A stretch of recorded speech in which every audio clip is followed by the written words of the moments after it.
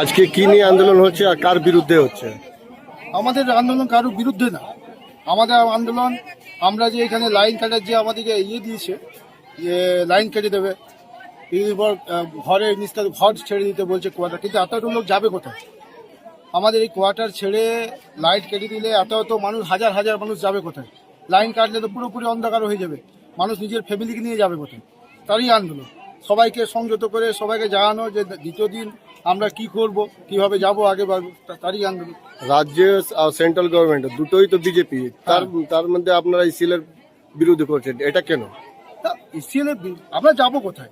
সেটা করবে কে? এখন অভিভাবককে, এখন অভিভাবক বিজেপি, তো বিজেপি দেখবে আমাদেরকে। তাহলে আন্দোলন কিসের, কার বিরুদ্ধে? বিজেপির বিরুদ্ধে? ইসিএলের বিরুদ্ধে। ইসিএল কার? ইসিএলের বিরুদ্ধে। ইসিএল কার? ইসিএল কেন্দ্রের।